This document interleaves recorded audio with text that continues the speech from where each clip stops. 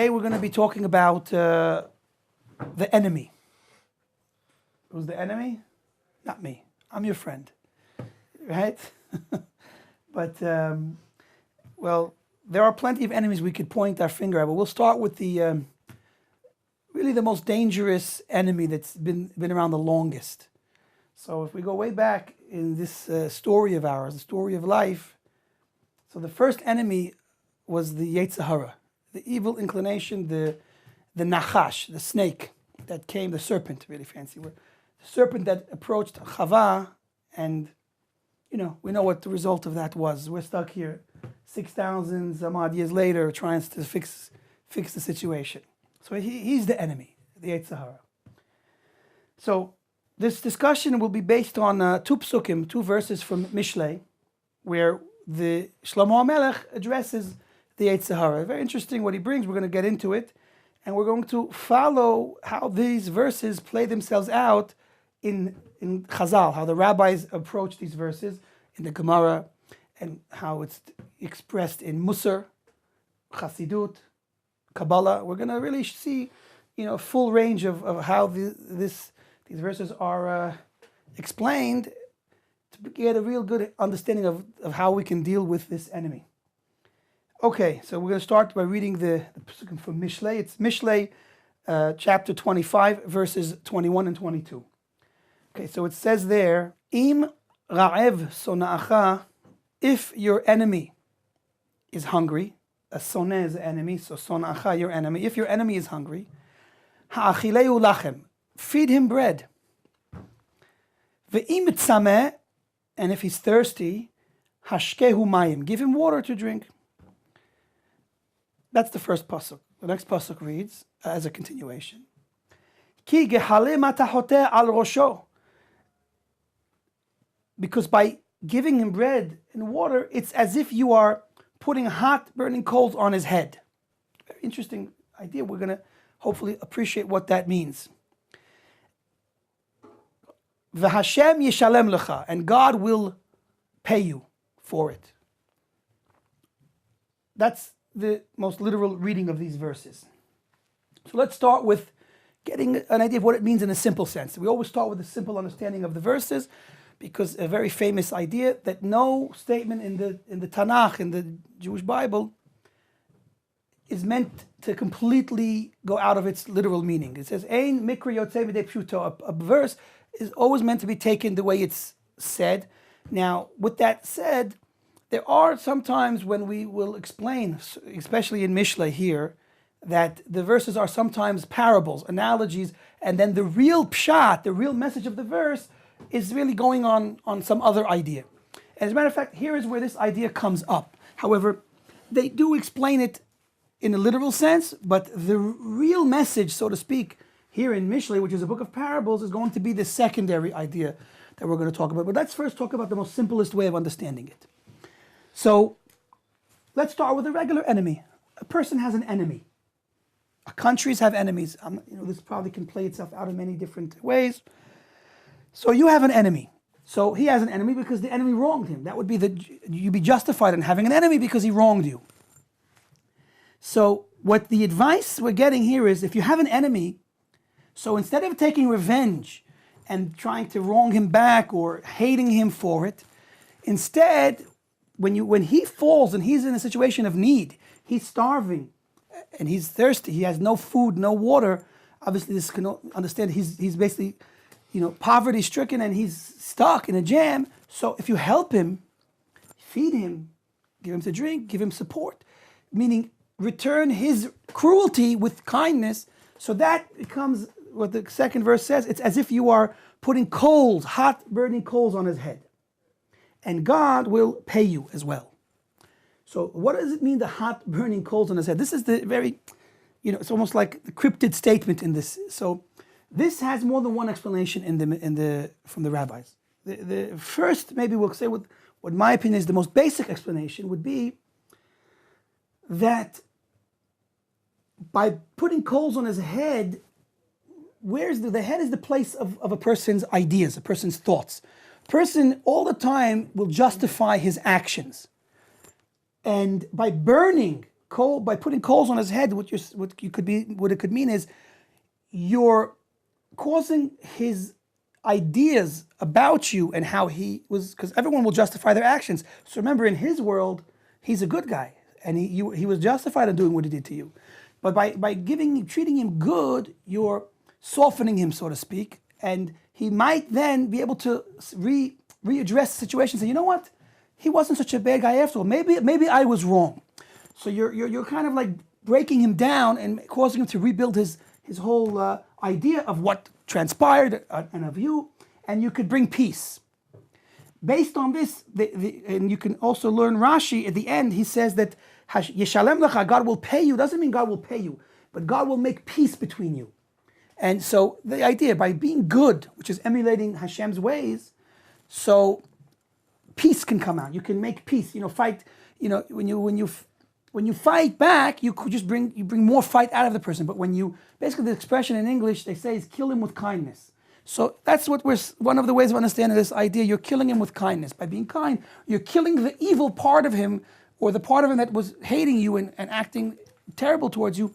And now you're going to develop, if not a friendly attitude from him, at least passive. He won't anymore be out to get you. And ultimately that's best for you, because who needs to waste their time bothered with people that are out to get him, he's out to get them, I'm stronger, you're stronger. So even if you are stronger, but we have better things to be doing with our time than being the strong guy and beating somebody up, because if we can avoid the fight, we're much better off. So that's the wise advice from Shlomo HaMelech to get out of such a problem, even though on the surface you might not think that, why should I be nice to him if he's been so cruel to me? But you'll gain in the end for it. This is a kindness that's self-motivated, because it's what's best for you ultimately. And this really is related to a pasuk that Shlomo HaMelech himself writes about. It says, Kemayim hapanim lapanim kein lev ha'adam la'adam. The same way that the water reflects the same face that you show it. If a person looks into a lake or a river, and so that the face that he's looking at the water with will be reflected back at him.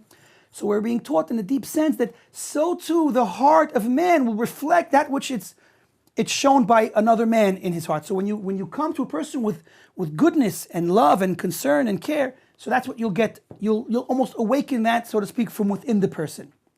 Now you might say, wow, that sounds beautiful and sounds amazing, and it sounds like it belongs in Hollywood, because this guy that's been bothering me, and I heard he wants to kill me. Yeah, right. I'm going to go up to him and say, but I love you, man. And he's going to take my head off and say, I love you too, now that you're dead. So how do we do?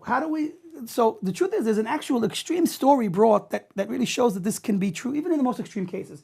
I'm not advising to run after our biggest enemies, especially if he's armed. Wait till he puts the gun down, then maybe try. But if he's holding the gun, or in this story we'll see it's a knife, so I'm not advising it, but the story is like this. One of the great rabbis of the Jewish people, one of the Jewish leaders in a particular time and place, had to speak harshly about a shochet, about a person who slaughters animals. And we know that a person can only slaughter animals if he's God-fearing, and we can only trust him if he's God-fearing. So this put the person's job in jeopardy. He was so enraged, so angry, that he went after this rabbi, and he cornered him when he was alone in a room with a knife. And he wanted to kill him. He was so angry. So the person thought to himself, I remember hearing from one of the great rabbis before that even in any situation when someone, you can always, if you show someone love and it's genuine, that's what you can bring that out in the person. So he focused on fulfilling the mitzvah of V'ahavta l'recha kamocha, realizing, not to judge a person unless you're coming from his perspective, trying to put himself in his shoes and how he must even rightfully want to kill me because of what I did from his perspective. And he did the deep soul searching, and he was able to feel for the other guy and love the other guy.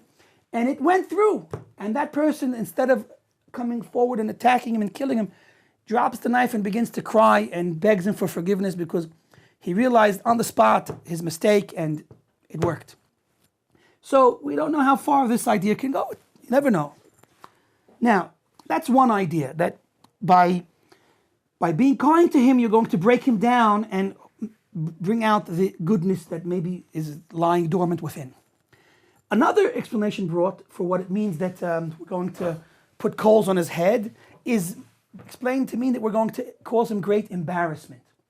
Now, of course, here too, we have to understand what kind of person we're talking about in this explanation. We're talking about a person who's done bad things, but we're not talking about a terrorist that's whole life and his whole, every breath he breathes is to just wipe out, kill people. We're not talking about such a person. We're talking about a decent, normal person who became angry, who believes he's right, and who decided that he has the right to abuse a particular person and to attack that particular person. So in this such a case, when you respond to him with kindness and feed him and help him in his time of need, he becomes embarrassed because it makes him realize maybe how wrong he was, and he puts his head down in embarrassment. That's the idea of you putting coals on his head. It's like he can't look you in the eye after the way he treated you, and now you're treating him nice. It's going to force him to realize that he made a mistake. So essentially we get to the same similar result, but that's the other pshat, is that by putting coals on his head is a mashal, is an analogy, in that you're going to cause him great embarrassment, which is going to,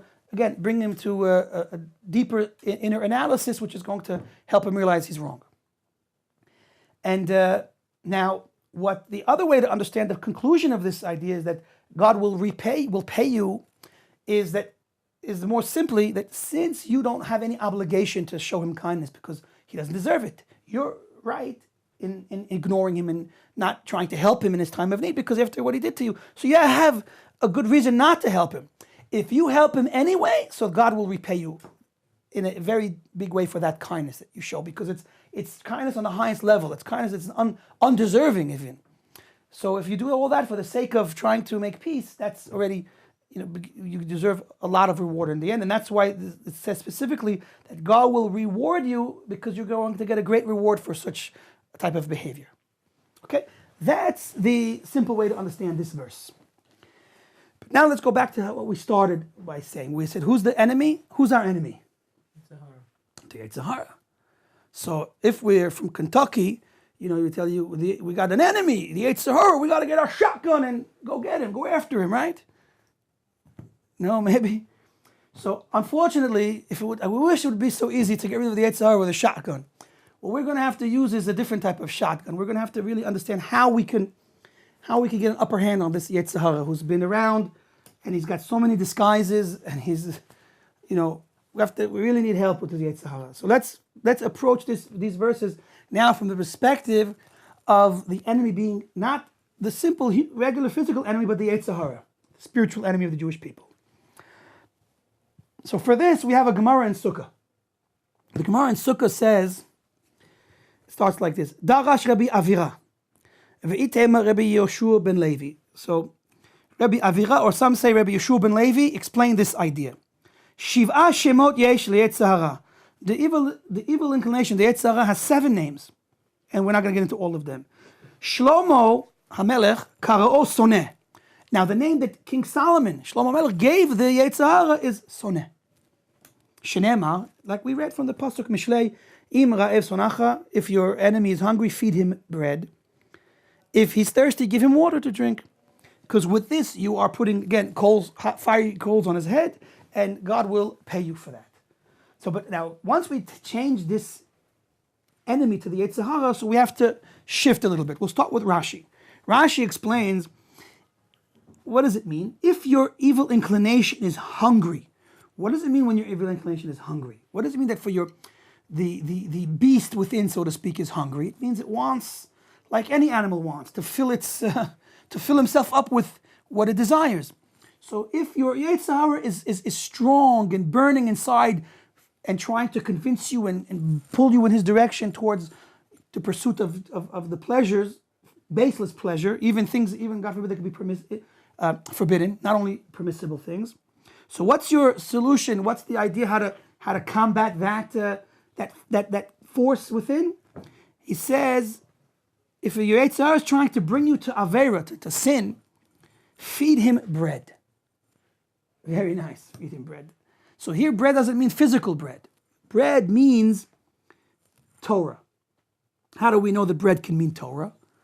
So there's a verse that says, Lechu lachamu belachami, go and fight with my bread. Now, what is God's bread in this context? It's my Torah. Fight with the Torah, the bread of Torah, so to speak. And interestingly, the word for lechem, bread, is the same word for lochem, war. So here he says, make your Yetzer Hara busy. Burden him with the war, the fight of Torah. That's what he says. What does it mean, hashkeu mayim?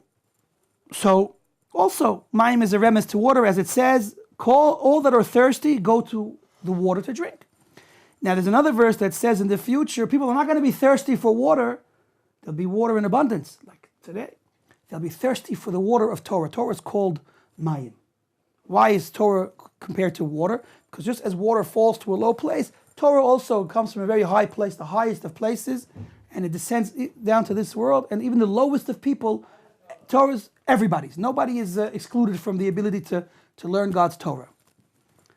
Now, by making him busy and burdening him with this battle, the battle of Torah, so the result is that's also like putting coals on his head, because what you're going to do is you're going to transform your evil inclination once you get him involved in the right way with Torah, and you can reach a level where there becomes peace between you. That God will come, so to speak, and help you overpower the evil inclination, in that he becomes almost a willful participant now in your learning Torah and doing mitzvahs. And he will no longer try to have you destroyed from the world. And this, actually, the rabbis explain, is the level of, like we see in the Kriyat Shema that we read every day, it says that you should love God with all your heart. Now in English, there is no hidden message in loving God with all your heart. It means to love God totally. But in the Hebrew, it says bechol levavecha, with two bets. Not one bet, but two bets. And that means to imply that we have in our heart two parts. There's a part of our heart that we say, where it's seated the good inclination, the Yetzer Tov. And there's a part in our heart which is meant, we're told that is the seat of the evil inclination. So when we love God with both our hearts, so it means that the evil inclination and the good inclination are both ready to serve Hashem out of love. And that means a transformation of the person and of the evil inclination to where the person is totally ready now to serve Hashem. Now we must understand that this level that we're speaking about here is not a simple level to attain. The Ben Ish Chai, in his explanations on the Parsha, actually this week, Vayikra, he explains that the level of having a perfect heart, which is what David HaMelech says in Tehillim, that my heart is a void within me, they explain that it's because he almost killed his Yetzer Hara through hard work all his life. He became a full Baal Tshuva, a full tzaddik, and his heart was totally pure for Hashem. But this is really the highest level of tzaddikim reach this level. It's the level of a person when he's reached a point where his thought, speech, and action are always perfectly focused on what's permissible and what's correct. That means, imagine, for a person's thoughts to be perfect all the time, that his speech is 100% perfect and his actions are 100% perfect, doing only the will of God. And now we might find that this sounds impossible, outrageous, but the truth is that this is the foundation of Judaism, really is built on this idea, because the Avot, the Avram, Yitzchak, and Yaakov, each of them, we're told, reached a level of becoming a chariot to the divine presence. And this, the Ramban, in his commentaries on the Chumash, explains, wasn't just an occasional thing. It was a constant thing. That's why the Or HaChaim explains, when he's on the Parsha of Vayera Elav Hashem, that God appeared to Avraham. So it only says that in the beginning of the Parsha, and it doesn't mention anymore God appearing to Avraham. So he explains why not. Because God never stopped appearing to Avraham, because at that level, when Avraham reached the age of 99 and circumcised himself and became perfect, it says, walk before me and become perfect. So once Avraham became a perfect conduit, a perfect vessel to do the will of Hashem, so that God never left him. He didn't have to reappear to him, according to the Or HaChaim. And that's why the rabbis tell us that the Avot, the forefathers, were a chariot to the divine presence. You know, what's a chariot? You know, you have if you look in the olden days, a man would stand on a chariot, on a thing with wheels, and the horses would pull him wherever he wanted to go. That's what they became. They became an opportunity for the divine presence to be active in the world through the sages, the avot, through the forefathers. And every tzaddik that reaches this level is really a walking Beis HaMikdash. It says that the heichal of God, the inner chamber of God, the heichal where we, like you go into a synagogue or in the Beit HaMikdash, there was a heichal. What is the true heichal of God? So we think the highest level of the divine revelation was in the Beis HaMikdash. But in essence, the true heichal of God is in the heart of man. When man purifies his heart, that becomes the where God resides in the truest sense, and that is with the tzaddikim. Again, it's explained that the brain and heart are two parts of the body that never go to sleep. All of the body parts go to sleep. Now, when we look at a human being, the way they're made up with arms, legs, a body, a head, a brain, a heart, so we say that the Jewish people are like one body as well. So the souls of Israel correspond sometimes to the feet, to the arms, to the shoulders. As a matter of fact, great rabbis even have, we're taught that in Kabbalah that, for example, the Rambam and the Ramban, two similar names, Maimonides and Nachmanides, each one corresponded to the left, one to the left and one to the right shoulder of Adam HaRishon. The left is where judgment comes from, din, and therefore the Rambam was a posek. He was someone who was famous for writing Jewish law, whereas the Ramban, Nachmanides, was rooted in the right side. Therefore, he wrote a lot of Jewish ideology. He also wrote unbelievable commentaries on the Gemara, but mainly he's known for being a Kabbalist and writing his commentary on the Chumash, and he wrote books, deep books in Jewish thought, because the right side is the side of wisdom. The left side is the side of judgment. So we see the Rambam became a halachic expert, and the Ramban, although also, but most famous for his thoughts on Jewish ideology. In any event, what we're saying is that the heart and the brain never go to sleep, and the heart and brain correspond to the righteous, to the tzaddikim, because they don't go to sleep. They are constantly a chariot and a abode for Hashem to dwell. That's really the pasuk. V'asuli migdash v'shachanti b'tocham. Make for me a sanctuary, and I will dwell in them. The Al-Shich HaKadosh says, what does it mean that make me a sanctuary and I will dwell in them? It should say, make me a sanctuary and I will dwell in it. Right? One sanctuary. So he explains that the challenge, the command is for each and every person to make himself into a sanctuary. And then God will dwell in them, i.e. he will dwell in the Jewish people. So that's this very high level of a tzaddik where we've transformed our heart, and that's what the verse here is getting at. So what I'd like to do now is go in a little bit of a different direction. We're going to take the same ideas, the same enemy, the same psukim, and explain it now from a perspective of Musar. And one of the foundations from Yisrael Salanter is we need to hear Musar, we need to hear moral reproof, we need to be given the right direction in life through Musar.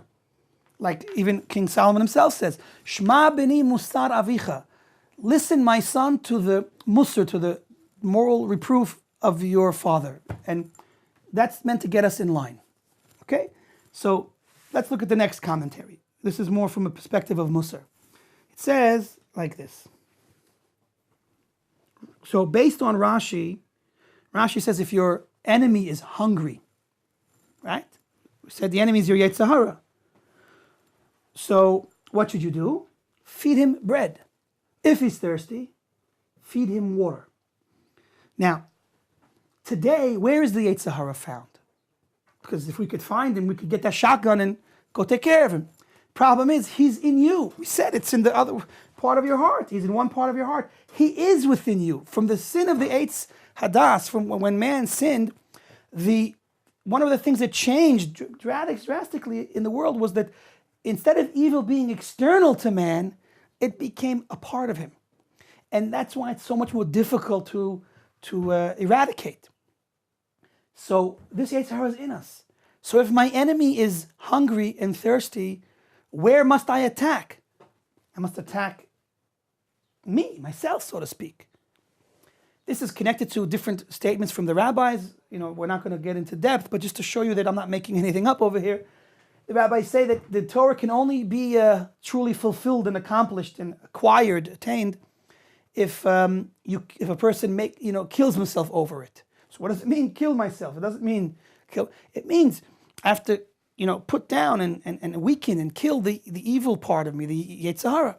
So here too, when you see that your Yetzer Hara, the evil in you, the beast within, is out of control, it wants to just go crazy with passion and desire and go after things that are forbidden, or even things that are permissible, like it wants to overindulge in pleasures of food and partying, and just to take the yoke, take the responsibility of serving Hashem completely off his shoulders and make life a party.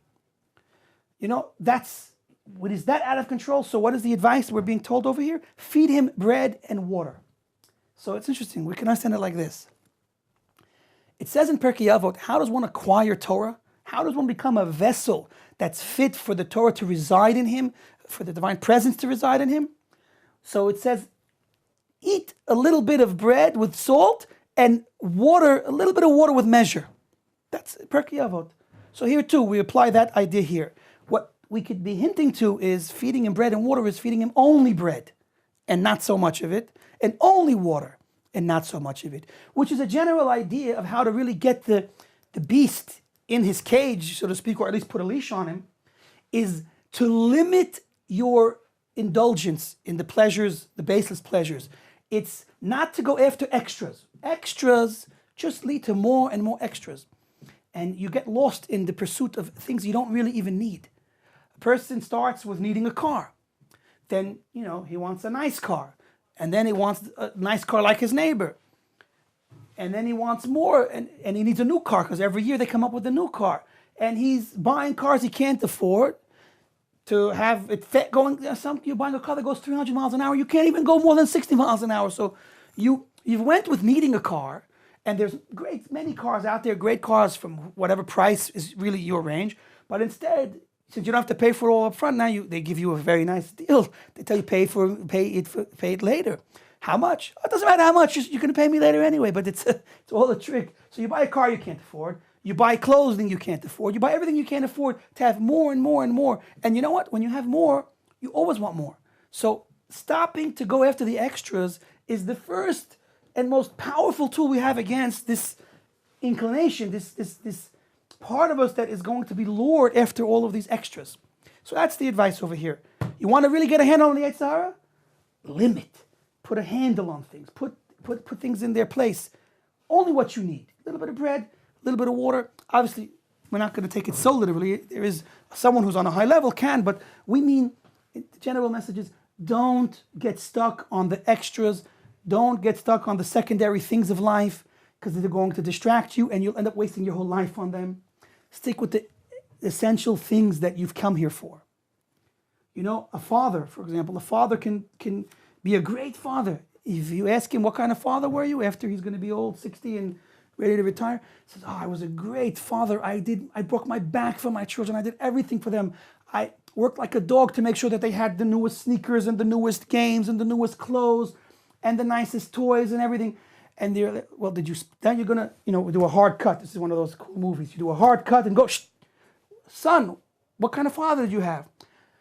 Well, to tell you the truth, he wasn't really around very much. To tell you the truth, I really didn't get to know him that well. What kind of father did you have? He didn't have a father. He had someone who provided with physical needs, but that's not what a father's all about. A father's about more than that. So again, you can get caught up on the things that are not important and miss the main things. So this is, the general message in life, but it starts with the simple basic, we're talking about feeding an animal. So limit, and that's the start and how to get a handle on this Yetzer Hara in you. Once you're focused and you're not wasting your time on all of this, feeding feeding yourself to no end. So then you can focus on learning Torah, doing God's mitzvot, and that will put you in the right direction. So that is the explanation according to Musar. That's the explanation we have. Okay, so now we want to appreciate a little bit of another aspect of this war of Torah. When we started off saying in the beginning from Rashi that the war of Torah is to burden the evil inclination with the learning of Torah. So what does that mean exactly? So the funny thing is, you would think that when I go to the Beis Medrash to learn, so the my Yetzer Hara waits outside. It's like, when you go to a party, you park the car outside, you go into the party, the car stays outside. In the olden days it would be a horse. You would bring the horse into a party with you. But the Yetzer Hara is not so easygoing. He makes sure he's not only in the party with you, he's the first one in the party with you. When you sit down to a good shir that the rabbi gives, and you think that you're the only one there, the Yetzer Hara is sitting right next to you, taking notes, and he's ready to use all that information against you. So we must be careful. The Yetzer Hara can come to you like a rabbi saying, well, it's really only unkosher because of this, but since it's over here, it can sing you a song and a dance and get you to do almost anything. We have to be very on guard against the Yetzer Hara. So how do we weaken him? How do we strengthen the side of good and weaken the Yetzer Hara? So according to the Arizal, he explains like this, that again, back to the first sin of man, we said that the Yetzer Hara became a part of us. But also the Torah itself, there was a level of darkness that came over the world, and it even affected the Torah. That's why if you open up a Gemara, the Gemara is called Talmud Bavli. Bavli, the word Bavel, means confusion. It's the same name of the place given when God confused the language of people. And there's a level of darkness in the Torah. This is based on a verse that says that when I sit in darkness, God is there with me. What darkness are we talking about? We're talking here about the darkness of the Torah. Though I sit in darkness, because when I sit to learn Torah, everything's dark and confused from the result of sin, but God is there with me to shine a light, to bring clarity into the Torah itself. Now, this is a very deep concept. When one opens up a Gemara and he finds out this rabbi's arguing and that rabbi's arguing and this is not clear and that's not clear, he gets confused. What is this? But that's only the beginning. The idea is to work through the unclarity, work through the confusion, work through the darkness to come to a greater appreciation and understanding of truth. The hard work that goes into learning the Gemara and being mevarer, sifting through and bringing to light the absolute truth and the halacha, taking the different opinions and working out a final halacha, that's called bringing darkness to light. And when we accomplish that, we redeem ourselves and we redeem the Torah. And interestingly enough, the word for psak, which is a clear-cut ruling in halacha, and the word for safek, which means doubt, are exactly the same letters. Our job in learning is to come from a state, from a position of doubt and confusion, and reach the level of psak, to come to that level of clarity. And that's the tikkun, that's the rectification that we must do to work on ourselves and at the same time the Torah as well. When we work hard in bringing clarity to Torah, the Arizal explains all that energy and power that it takes from us in our body. At the same time that we bring clarity to Torah, we refine and bring clarity to our own inner being. And we become more refined and more holy. And we weaken and divorce this evil power within. And we attain a much higher level of purity and holiness. So the result of working hard through the confusion of Torah brings us to a much more pure and higher level itself. And that's the war of Torah. That's the lechem, the war of Torah. And that's what it means by you're going to get rid of the Yetzer Hara, because when you work hard like that, that's how you get rid of him. You weaken him. You become more holy. And as a matter of fact, the Arizal himself, they speak about him, the Rav Chaim Vital writes about him, that he would work very hard when learning the Gemara, so much so that he would sweat.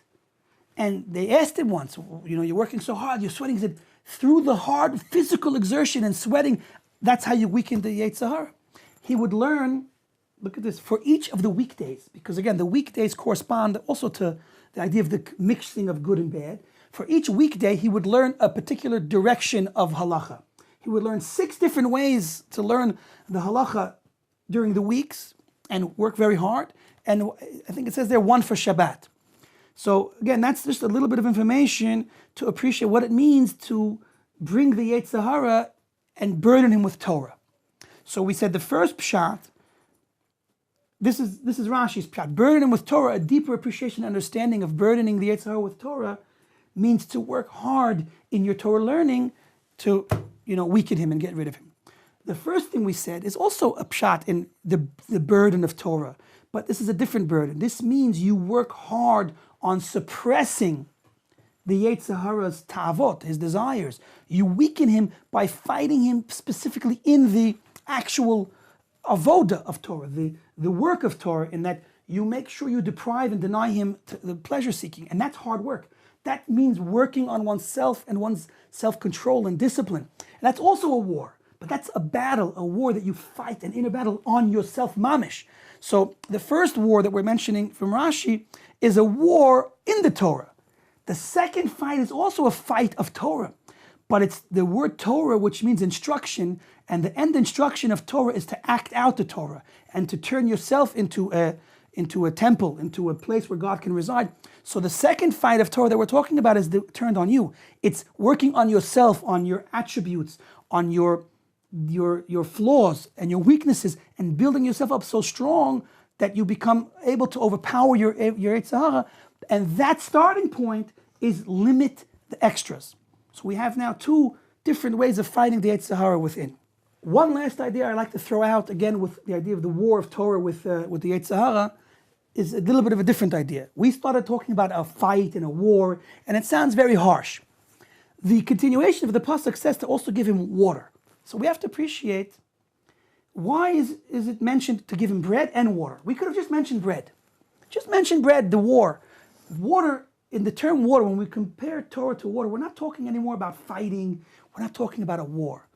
We're talking about something else. We're talking about something beautiful, something that's pleasurable. Just like there's physical pleasure, there's deeper, higher pleasures. And what we want to understand is like this. Water is the source of all pleasure. That's according to Kabbalah. Water is linked with pleasure. Each of the different four elements that the human body is made up of, earth, wind, fire, and water, has a different, different nature to it. For example, earth is where laziness comes from. Fire is where, anger and haughtiness comes from. Wind is where frivolous type of acting like a jokester comes from. And water is where pleasure comes from. So when we're mentioning that Torah is water, we also are trying to also point to the idea of Torah being fun, being beautiful, being a pleasure to learn. And the truth is, when one gets into his Torah learning, there can be nothing more pleasurable than to really have a question and go deep in finding an answer, or hearing a beautiful, creative presentation of Torah ideas that mixes the pshat, the sod, it becomes so pleasurable, so enjoyable, so intellectually stimulating that it becomes your pleasure. So another weapon, so to speak, against the Yetzer Hara is, meaning a person in the end is going to stay where he's most happy, where he feels he gets more pleasure. So if we make our learning fun and pleasurable, that's another way, because, a child wants to be where the party's at. So if you can convince yourself and you can actually make and find the beauty in Torah learning, so then we don't need to go to these other places for fun. We have our fun being a Torah Jew, following the halachot. The funny thing is, from the outside it looks like we live a dark, we wear black, but some people even think we live a life that's like a black life. No fun, no nothing, just you can't do this, you can't do that. But if you really find the right people that are inside and you ask them, they say, I was never more happy than when I started following the Torah and the mitzvot, and I have no greater joy than when I'm learning Torah. And that's the greatest weapon of all, because then the fight just disappears. You're so busy with good, you have no time to even deal with the bad. We should all merit and be zeicha to really find the beauty in Torah, the beauty in life. And this enemy of ours, if we can't convince him to join us, then hopefully we can at least find a way to, like we said, weaken him and get rid of him to whatever degree we have to. And with that, we conclude.